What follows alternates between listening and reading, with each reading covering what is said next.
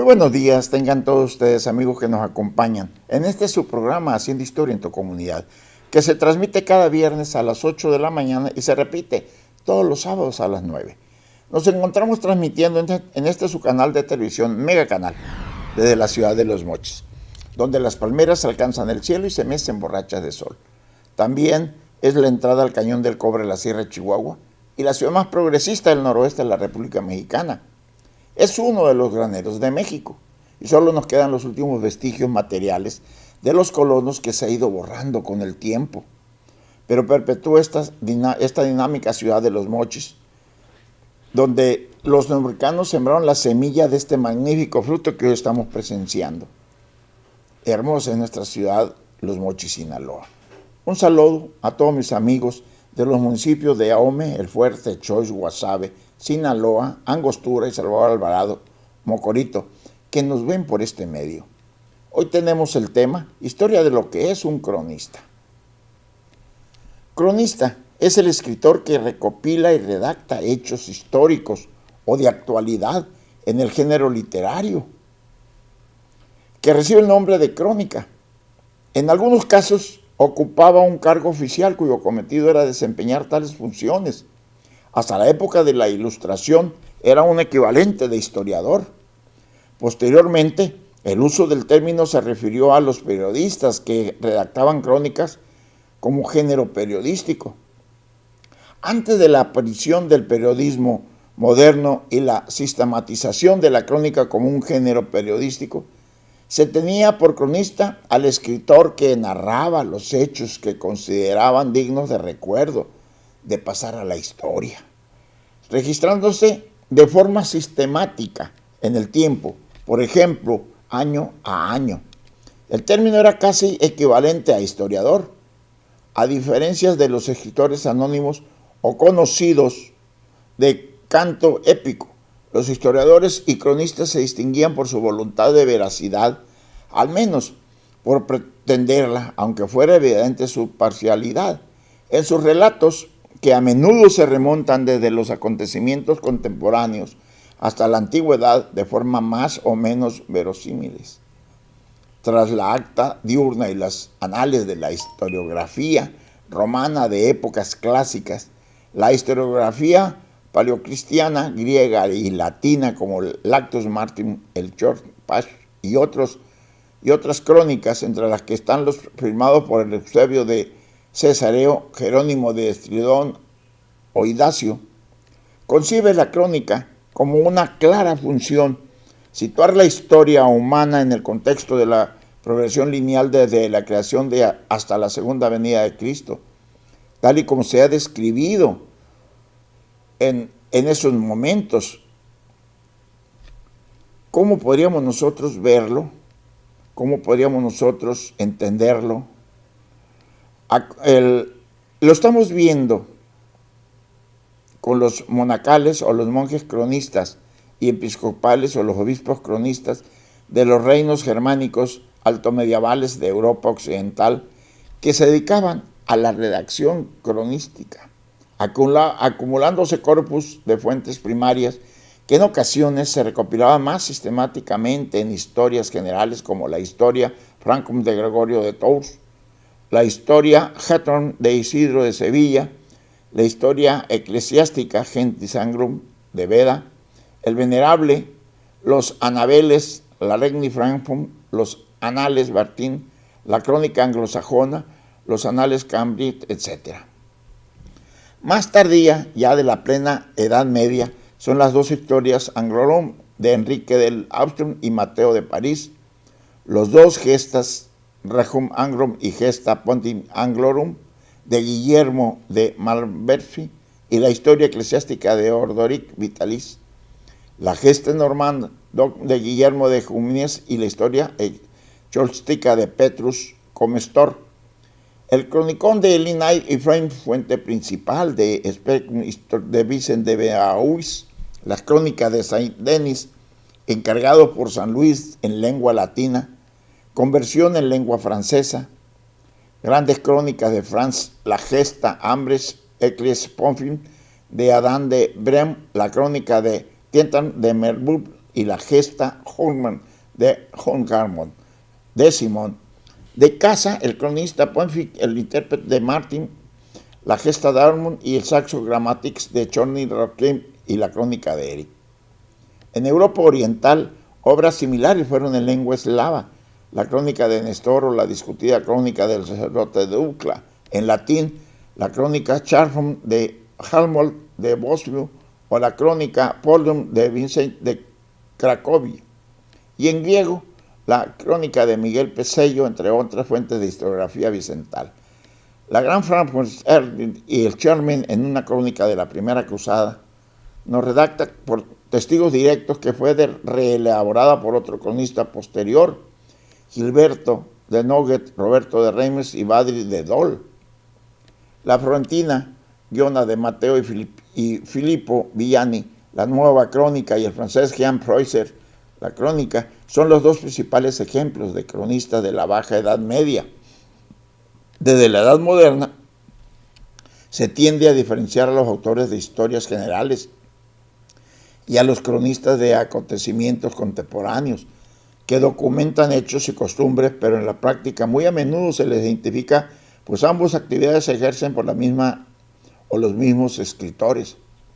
La reina hispano-cristiana medieval de Austria, León y Castilla, mantuvieron una tradición de crónicas continuadoras de la visigotica asentada por San Isidro, desde lo que lo justificaba la reconquista y reforzaba el poder del rey. Crónicas mozárabes de Isidro Páez o de Beja, crónica albeldense o de Emiliense en 1881, crónica silencia o legias comienza del siglo VII, crónica mundi de Lucas de Tuy o de Tours en 1236, de Rems Hispan, también llamada historia gótica o crónica de Toledano de Rodrigo Jiménez de Rada en 1243, y la historia de España grandes de generales, la historia de Alfonso X el Sabio, segunda mitad del siglo VIII en castellanos, que resumía al infante Juan Manuel de crónicas abreviadas. La crónica de Pedro López de Ayala, crónica del rey don Pedro, de Enrique II, de Juan I y de Enrique III, servían sobre todo para justificar a los propios hechos del autor, canciller de Castilla a finales del siglo XIV. Los reinos orientales peninsulares también hubo producción cronística.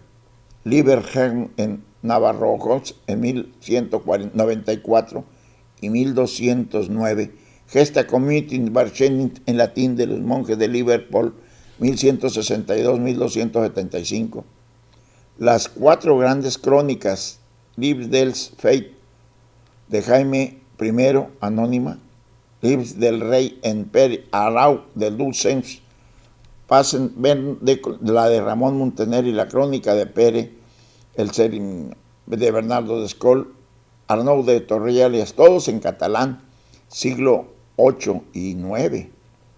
Fue con Juan II de Castilla cuando el cronista real se convirtió en un oficio de corte con nombramiento oficial y salario fijo, aunque sus competencias historiográficas se simulaban con otros, incluso con misiones diplomáticas, siendo cargos de confianza y proximidad a los reyes, mientras que se producían, se limitaban a encargar particulares y se sometían a censura.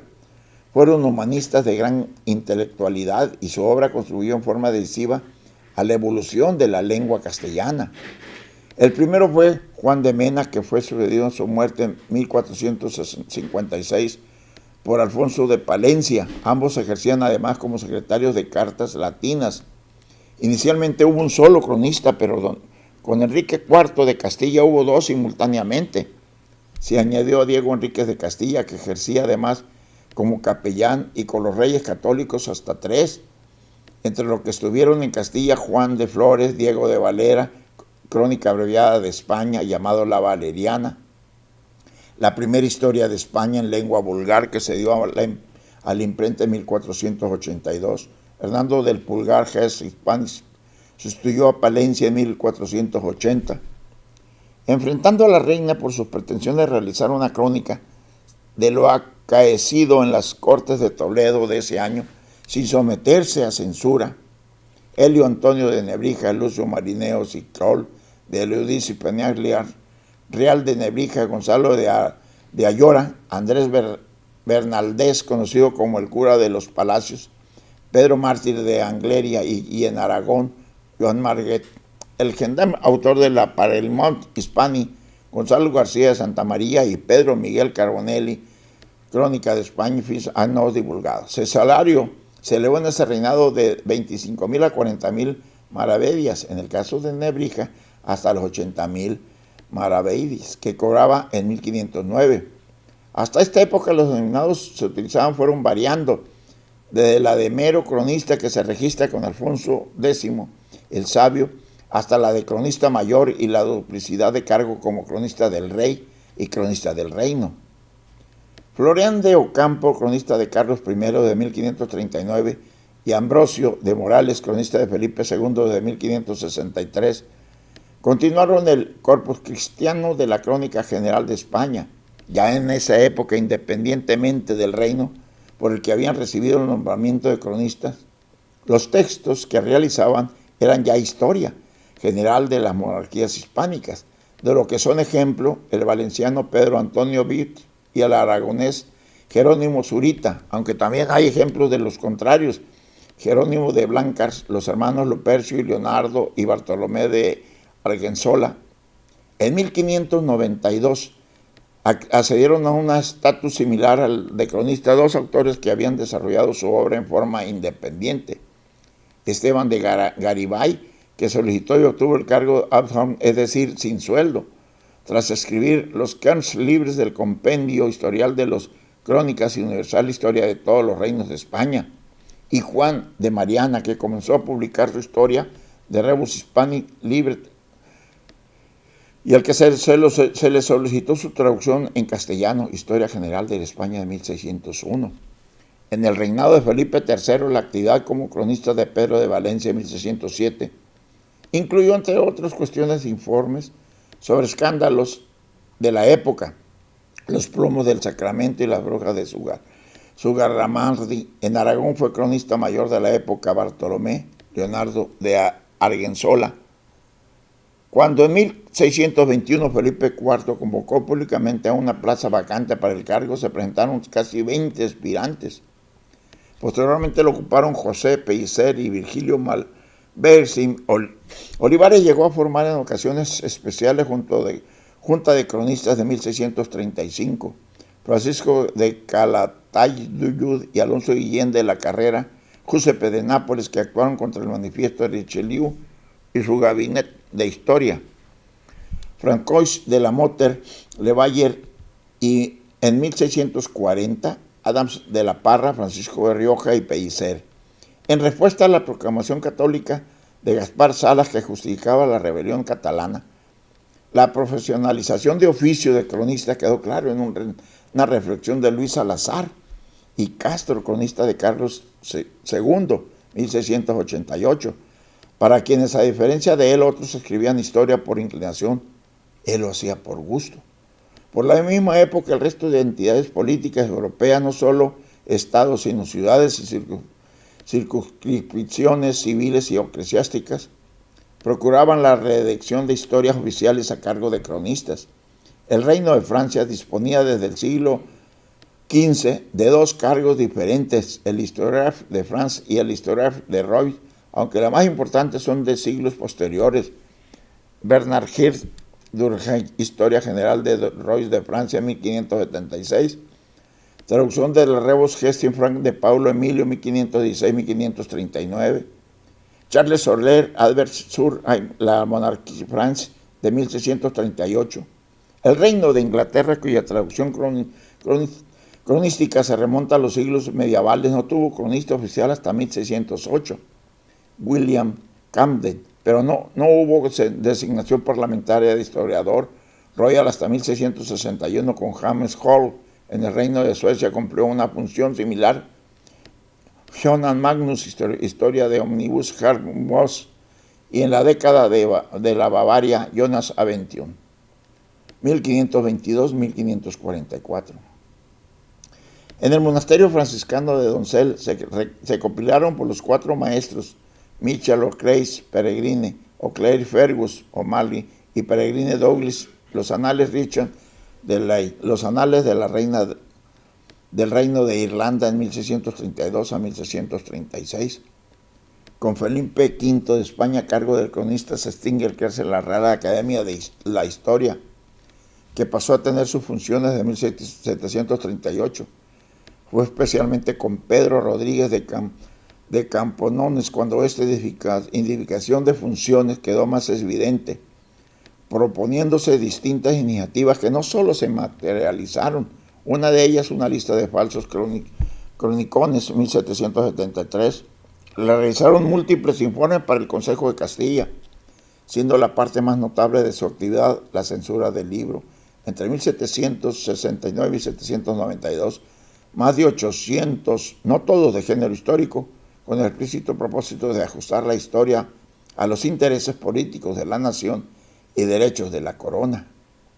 Después de la llegada a América por parte de los europeos, se conocieron los relatos de los llamados cronistas de Indias e informaban sobre la geografía y el modo de vida de los indígenas latinoamericanos, desde las relaciones del mismo Cristóbal Colón, su hijo Hernando, la famosa Carta de Américo, Vespucio y muchos otros descubridores y conquistadores como Hernán Cortés.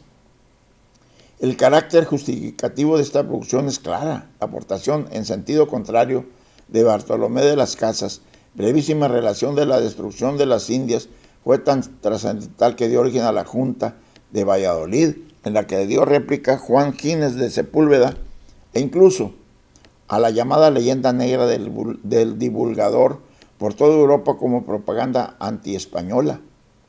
La visión de los indígenas que vieron sus documentos y culturas materiales saqueadas y destruidas fue posible por algunos casos excepcionales como el del Inca Felipe Guamán Pomo de Ayala. Oficialmente el cargo de cronista mayor de Indias se inició con la documentación reunida por Pedro Mártir de Angleria, que se pasaba en 1526 a Fray Antonio de Guevara, cronista de Castilla, y con Juan López de Velázquez, que hace lo propio con los papeles del cosmógrafo mayor Alfonso de Santa Cruz, a los que suma el cargo de cronistas. Antonio de Herrera es nombrado cronista mayor de Indias en 1596 y publicó en 1601 y 1615 la historia general de los hechos de los castellanos en las islas y tierras firmes del mar Océano, conocida como Décadas. Antonio de León Pinela, nacido en Lima, que había recopilado las leyes de Indias, Antonio de Solís y Pedro Fernández de Pulgar cubrieron el cargo durante el siglo XVIII.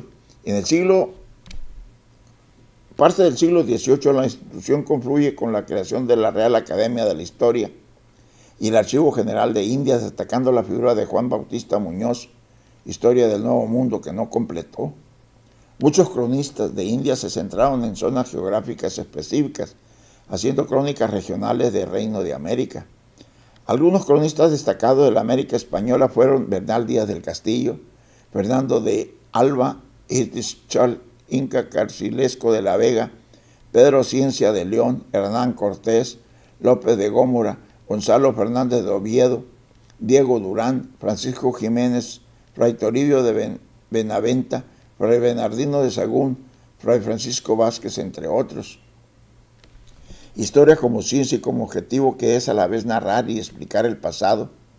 El cronista pasó a ser el simple relator de hechos desnudos, recopilador de fuentes o escritor costumbrista, sobre todo cuando se utiliza su función de cronista local. Para el Madrid del romanticismo, Ramón de Mesonero Romaneo, a finales del siglo XIX, con el desarrollo del periodismo popular, el de cronista se convirtió en un oficio con pauta, cada vez más claro y específico. En los diarios modernos es el que va en busca de las noticias y las redacta sin aditamiento como pudieran ser las opiniones, análisis, párrafos valorativos que deben estar ausentes de lo que es la crónica. Los diarios estadounidenses especialmente fijaron normas para su redacción. La concisión y precisión del relato fueron desde entonces requerimientos básicos para la tarea de cronistas. De acuerdo con los manuales de redacción de los primeros grandes diarios americanos y europeos, el cronista debe exponer en el primer párrafo qué ocurrió, cuándo ocurrió y dónde ocurrió, cómo ocurrió y si es posible hacerlo de forma inmediata y sin incluir reflexiones u opiniones porque ocurrió. El resto de la crónica será una ampliación del breve relato inicial en orden decreciente de importancia. Los cronistas aportan el material básico de los periódicos, pero no son por eso los periodistas menos calificados. El trabajo de cronista es altamente valorado por la capacidad de captación de las más importantes o novedades en un suceso, los detalles que resultan significativamente o emocionalmente impactantes para todo el interés humano. Muchísimas gracias por su atención. Nos vemos el próximo viernes.